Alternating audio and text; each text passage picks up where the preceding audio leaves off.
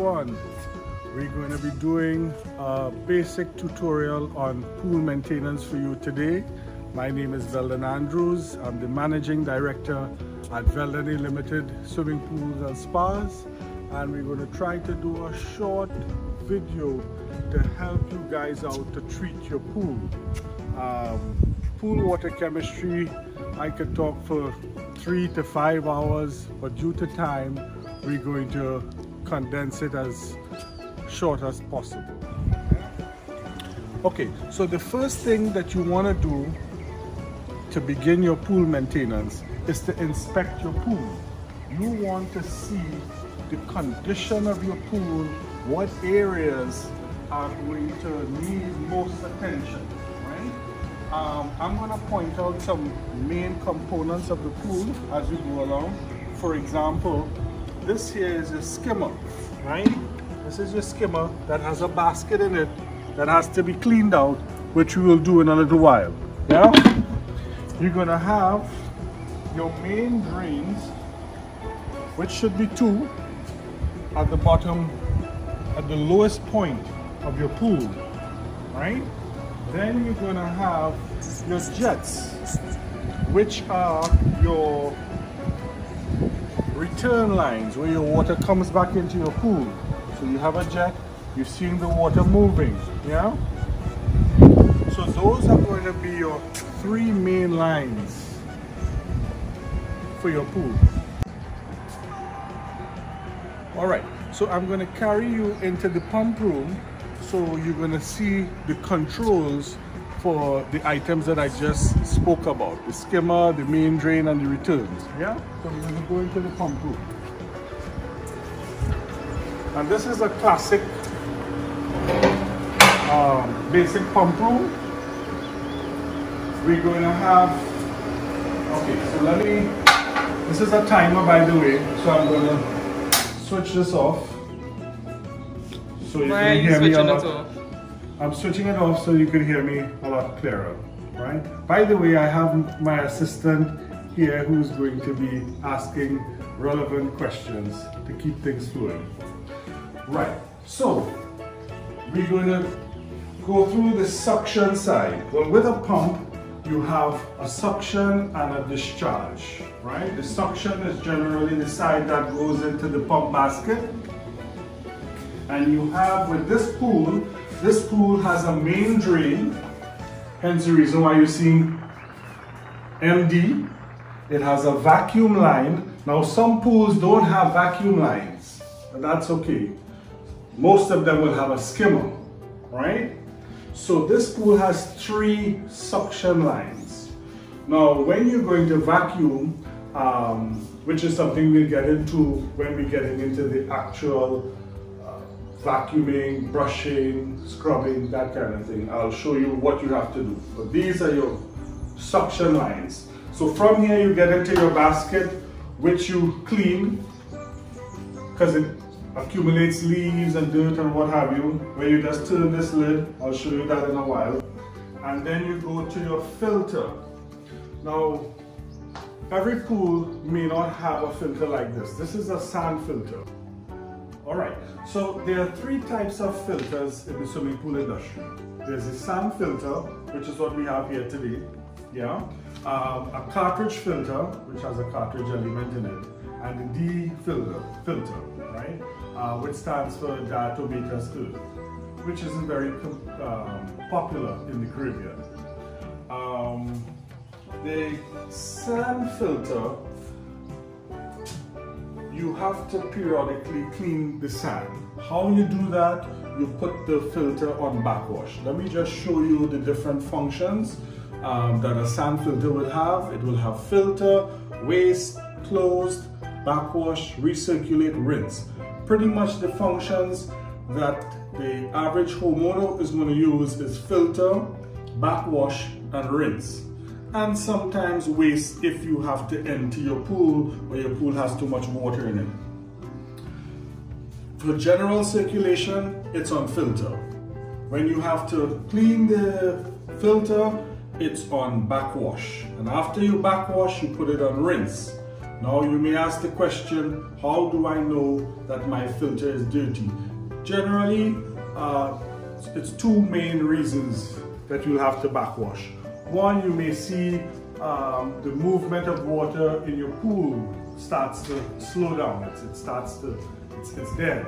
Yeah, that's an indication that your filter needs to be cleaned. In addition, you have a filter gauge. Now, when your filter is clean, that is generally your starting point to gauge when your filter is going to be dirty, which is 10 psi above the psi when clean. Yeah?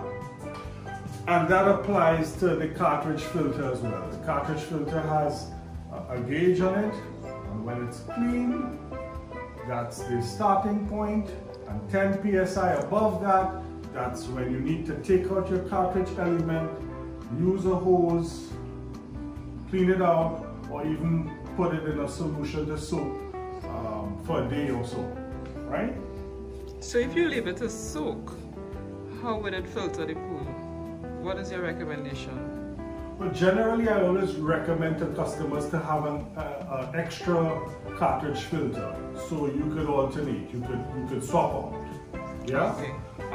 The cartridge filter is actually my preferred filter because it filters the water better and you have no backwashing. Backwashing causes the customer to lose chemicals. Yeah? So it's not recommended, hence the reason why we installed at Belden Limited a lot of cartridge filters. So when you say you backwash, you lose chemicals, in what way do you lose the chemicals? Is it that you sending the water out the drains or draining the water from the pool? Yes, that's correct. So pretty much when you backwash, hence the reason why you see on a sand filter, you have 3 lines, right? This is your intake, goes back to the pool, and this line here goes to your waste or the drain. Yeah?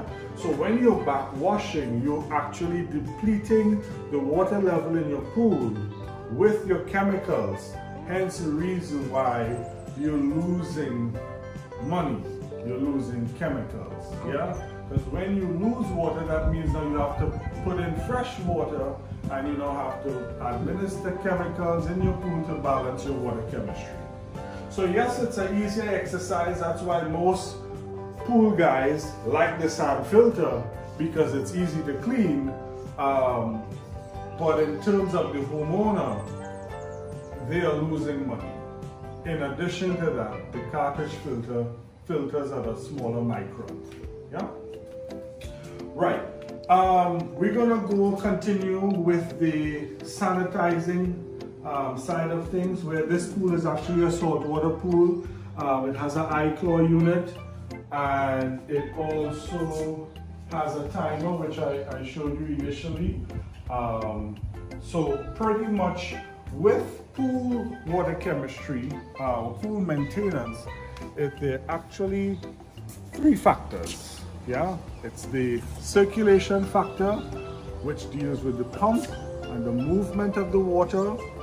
You have the filtration, which is the filtering of the water, and then you have sanitization, which is the balancing of your water chemistry, which is what we're going to get into where I show you the various tests. All right, so we're going to get to the testing, and obviously when testing, there are some fundamental and very important things that you have to take into consideration. First thing, you need to know the gallonage of your pool.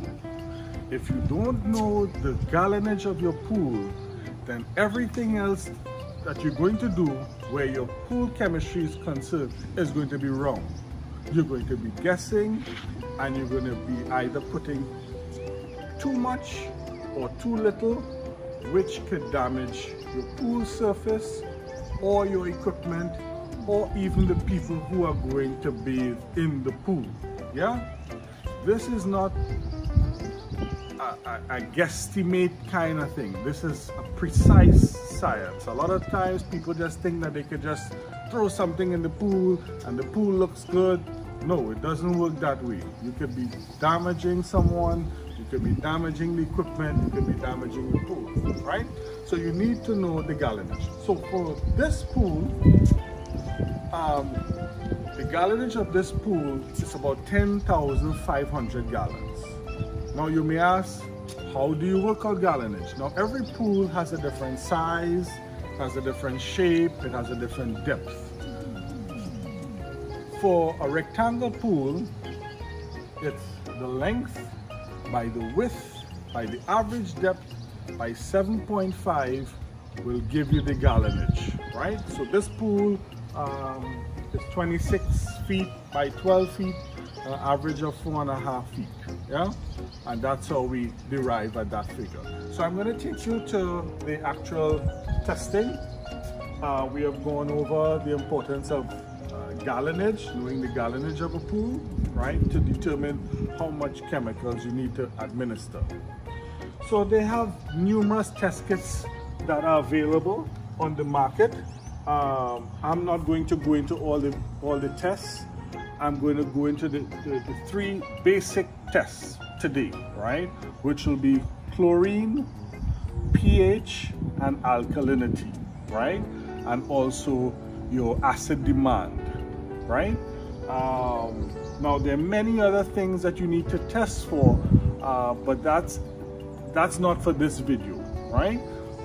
This video is just for the basic homeowner, right?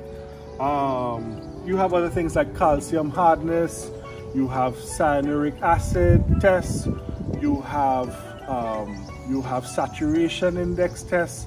All these things are important for proper pool balance, right?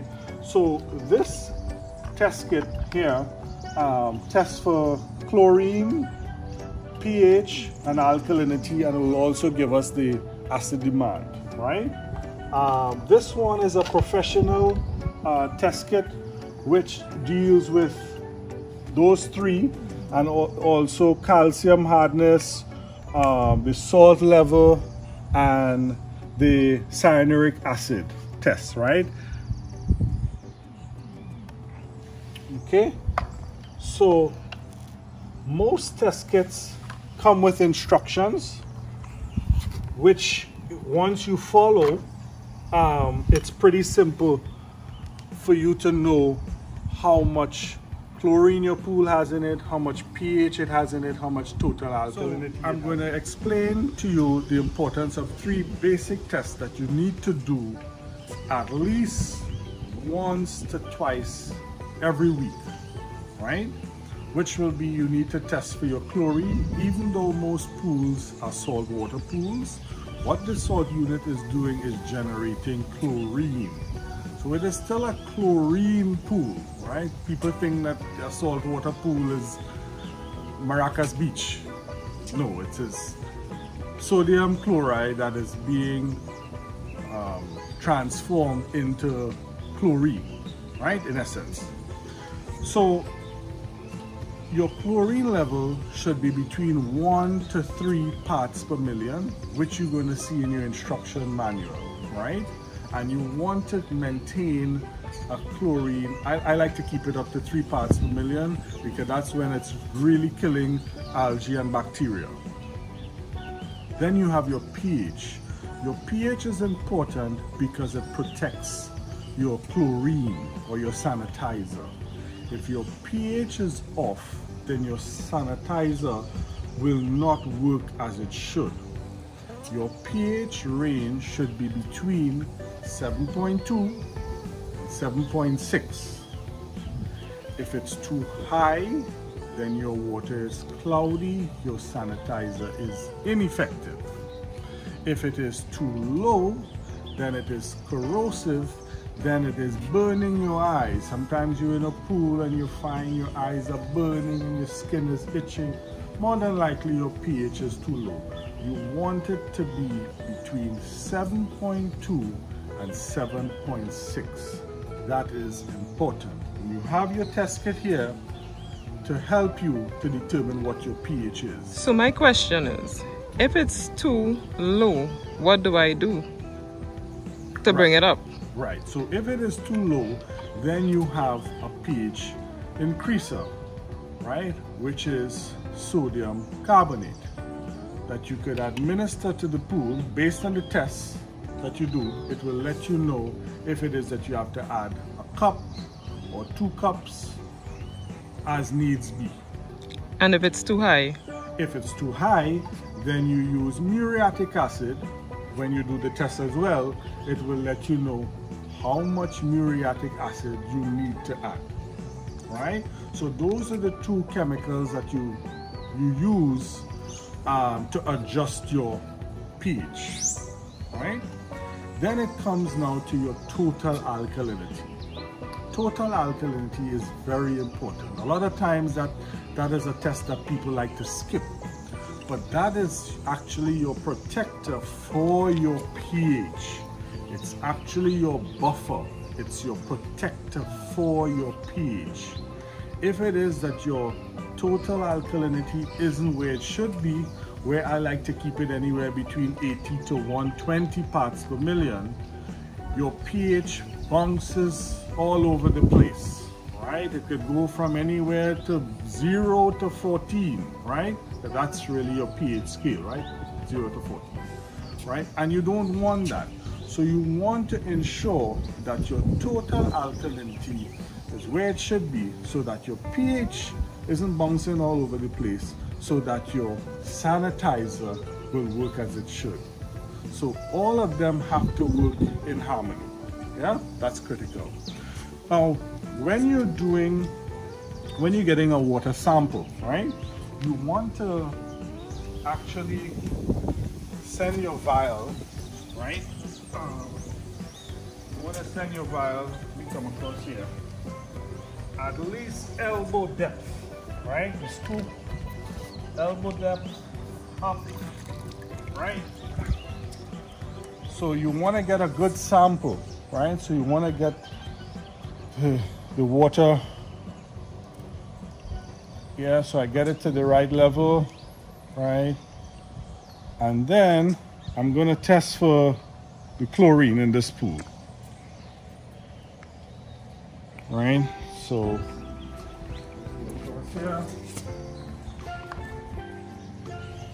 I take out my reagent. Based on the instructions, you drop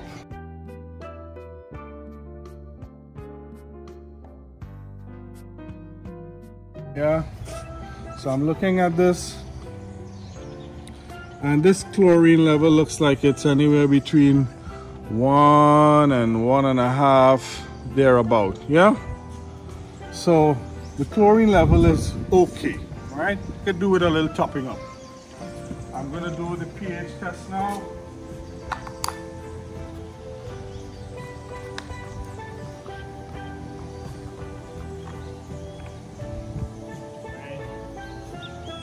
Phenol red, yeah. So I'm going to drop 5 drops.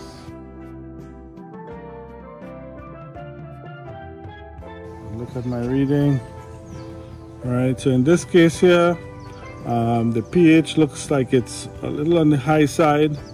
I'm gonna say it's probably about 8, right? And based on that now, it's not in the right place, so I'm going to keep this solution and I'm going to do the acid demand, because if it is that you have a high pH, that means, as I said earlier, you're going to use muriatic acid to bring it down to where it should be. But I need to know how much acid to put. I can't just throw acid like that. I need to know how much acid to put. Okay, now that we have done our pH test, we've discovered that it's high, and we need to find out how much acid we need to put. We're going to do the acid demand, right? Keeping the same solution, right? So pretty much you are going to put in the acid demand until it gets to the desired color.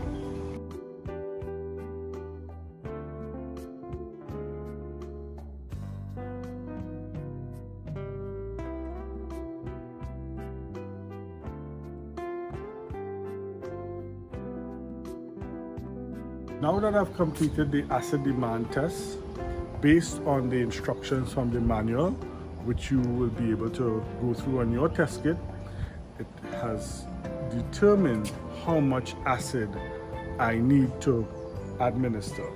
So based on this size pool, which is 10,500 gallons, we had to put 55 ounces, fluid ounces of acid, which is equal to about 7 cups of acid. So that's what this pool needs right now to bring the pH to 7.2, right? We're gonna go straight into the total alkalinity. So same procedure, we're gonna dip down, elbow height, come up. In this case, we're looking for 25 milliliters of water in the vial.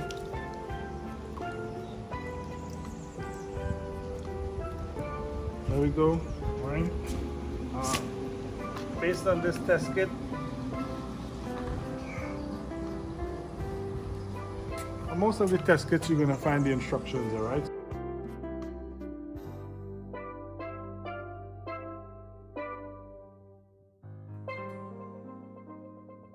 Now remember, I told you ideal total alkalinity is anywhere between 80 to 120, yeah?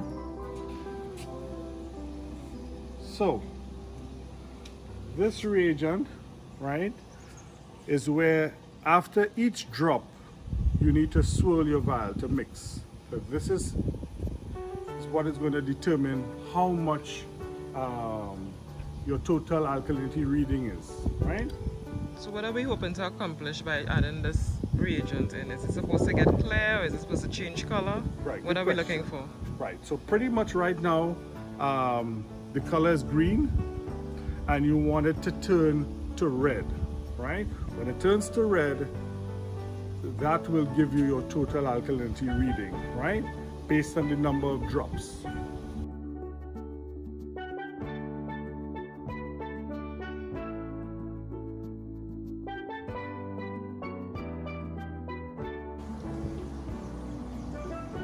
So here we have it, 10 drops, right? So as I mentioned, each drop is equal to 10. So 10 by 10 is 100. So this pool has 100 parts per million, which is actually good, right? It's smack in the middle. So we have no adjustment to make where total alkalinity is concerned for this pool, right? Okay. So I have a question. If the total alkalinity was 130 or 140, you had 14 drops, what would you do? Right. So if it is that your total alkalinity is too high, you use muriatic acid. Just like if your pH is too high, you use muriatic acid to lower it. You're using the same muriatic acid to lower your total alkalinity. So if my pH was fine and my total alkalinity is high and I add acid, wouldn't that affect the pH as well? And in a case like that, what do I do? Right. So pretty much you always want to adjust your total alkalinity first. And then you could go back to check your pH, right? Now this is something that you will have to do on a daily basis to get it right. Yeah? This is not something that you could do today and then you come back and test next week or the next 2 weeks, yeah? Because you want to get your total alkalinity in the right place. Okay, so we have come to the fun part of the pool maintenance, right? Which is the actual scrubbing, vacuuming, netting, right? Okay, so one of the first things you want to do is to empty your skimmer basket, right? Your skimmer basket is going to collect all kind of bugs, leaves, right? Pretty much you want to have this clean because this affects your circulation, right? When you have a clogged basket, it restricts the flow, right? Okay, so after you've cleaned out the skimmer basket, you want to do your netting. Generally, there's a procedure in doing these things, right? You generally want this pool is not in a bad condition, right? But generally, you want to net first because sometimes there are leaves and bugs all over the pool, and you want to be able to see what's going on, right? So generally, the order is net first, vacuum, and then brush, right? You don't want to brush first because by brushing you're waking up everything and then there's nothing really to vacuum, right? So do we do this while the pool is running or do we turn it off? The netting? Yes. The pool could be on. Okay. While you're netting, that's fine. Okay. Right?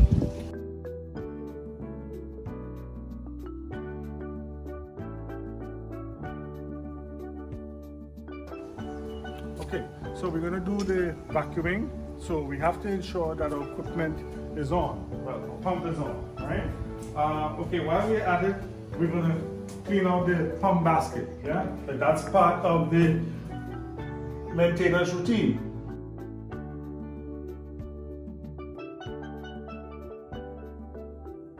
So the pump basket is clean. You just have to ensure that the basket is lined up properly. Back in here.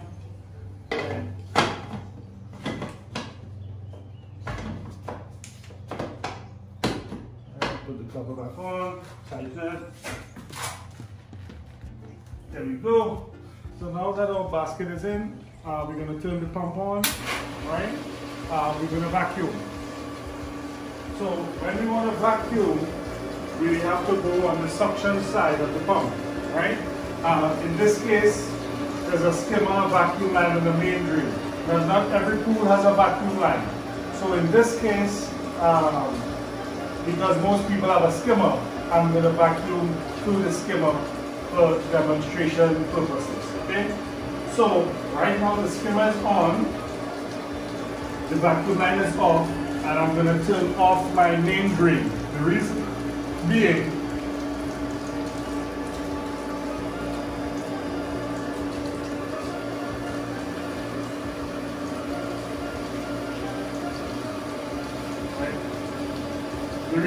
is that I want all the suction to come from one line so that I'm going to get the most pull.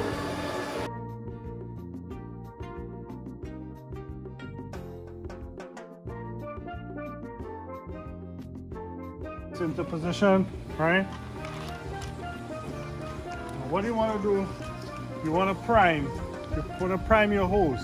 Now, what I mean by priming your hose, you want your hose to be filled up with water. I want to get water in my line. I generally put it over the jet.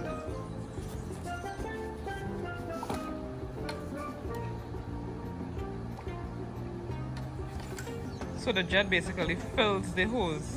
Yep. Okay. Right. Oh, okay, I'm seeing. Right, so once I'm seeing water coming out through the line, I know it's primed.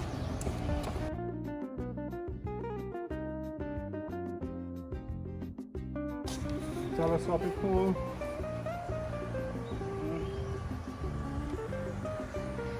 And then we begin to vacuum.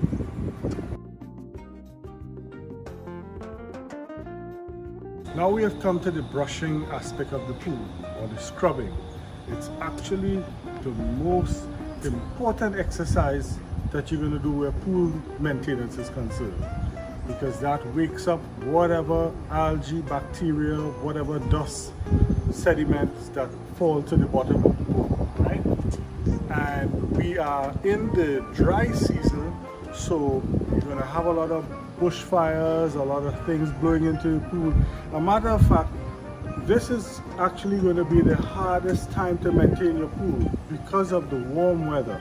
Algae likes warm weather, right? So you're going to have to pay attention to your water chemistry. You're going to have to make sure that your chlorine levels are where it should be to ensure that your pool doesn't go green on you. Now when you're brushing the floor, right, you want to brush the sediments towards your main drain, yeah? That's key. Right?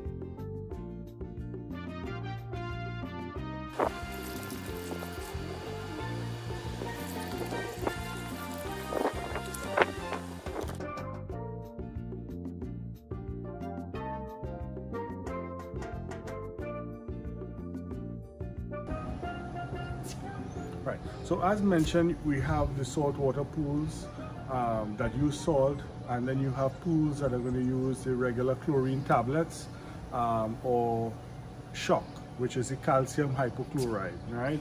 One of the key things, you have to read the instructions to know how much you need to administer. Comes back to your testing, right?